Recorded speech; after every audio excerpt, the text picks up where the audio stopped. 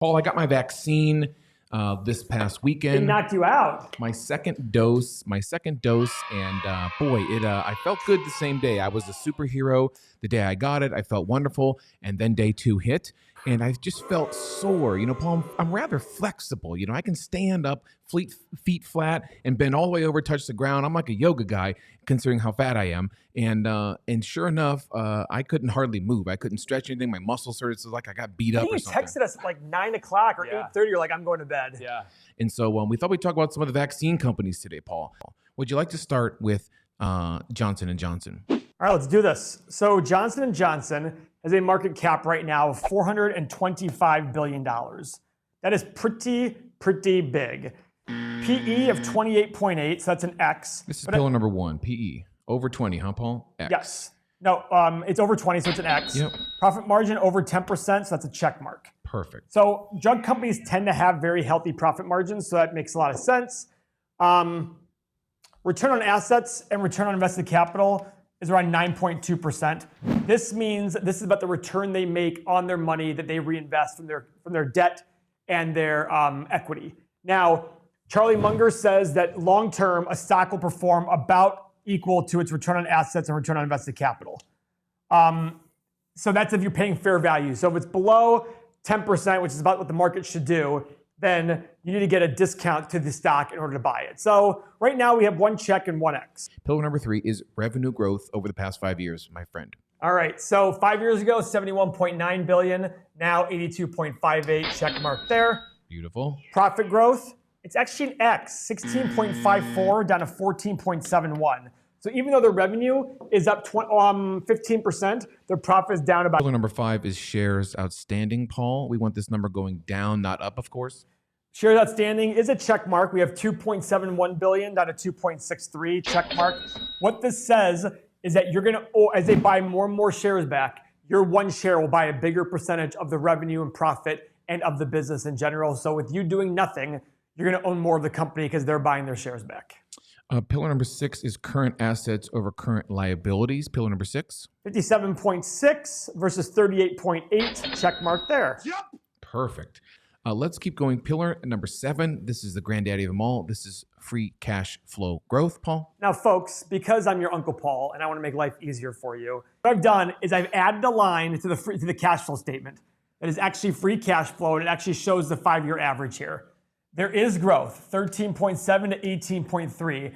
One thing I want you to note, which I didn't bring out in 2017, their profit was only 1.3 billion, but they had 18.47 in cash flow, which means they probably had some write-off of some acquisition that they wrote off, some big $16 billion number that they wrote off to the expense side, and that's fine. That's why I like cash flow more. It is a check mark, and the average is 17.73. So, what we talk about is 20 times free cash flow. You're taking the free cash flow the last 5 years, multiplying by 20. That is 34 and 7 is $410 billion. Is that accurate? Can somebody do that math for me real quick? I was looking something else up, so I'm not going to help you at the moment. Okay, 17 times 20 is 340 billion. 7 is 7. Yes, I'm right. Maybe I got it wrong. Oh, yeah, I think they're right. No, I think it's 350. 350. They're right. Oh, 350. Now it's way overpriced. Yep, it's really overpriced. It's definitely an X.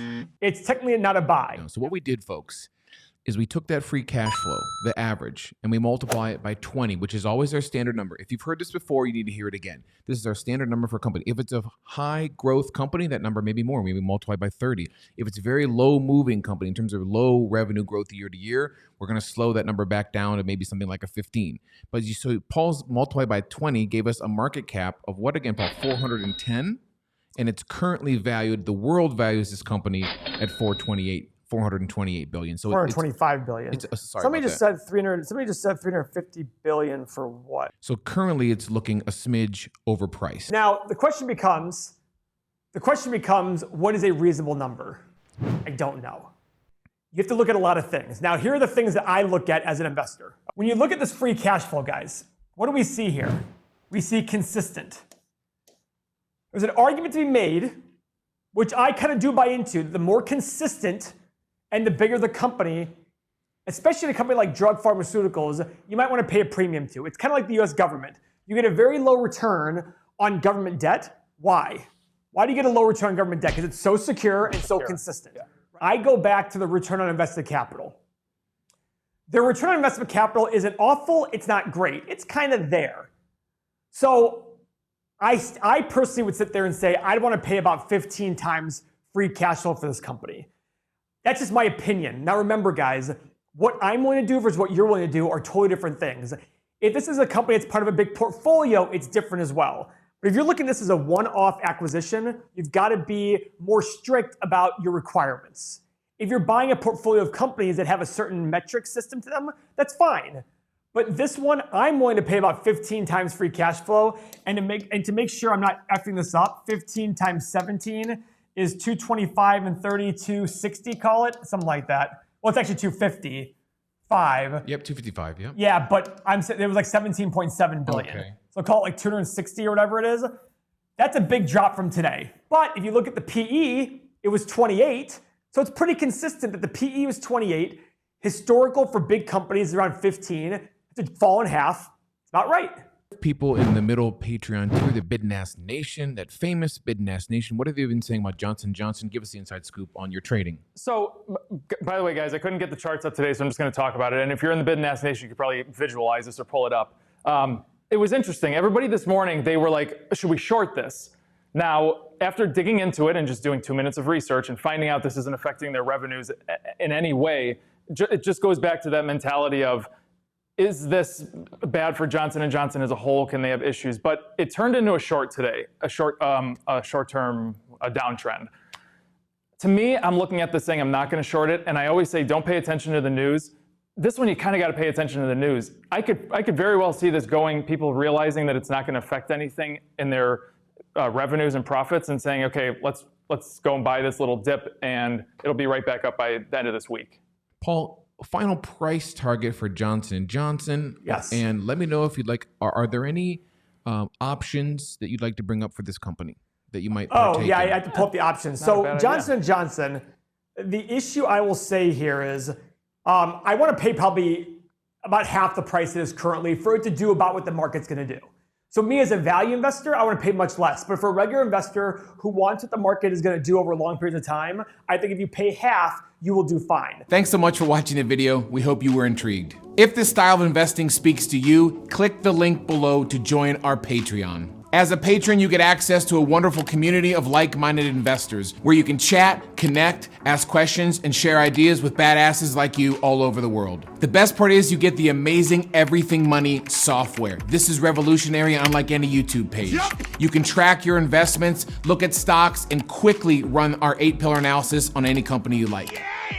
The top tier patrons get direct access to Paul and Trader Mo. You'll see their daily trades, their updated portfolios, and every options contract they write on a daily basis. We provide Patreon exclusive videos just for you, including live streams and exclusive content from our team. Our bottom patron tiers fill fast, so join today. But hey, if you don't believe me, look at all of our patrons' amazing success stories. In comparison to other financial platforms, our software is by far the best value. This is your chance to get serious about investing. If you're finally ready to level up your investing game, join our Patreon and let's start kicking ass together.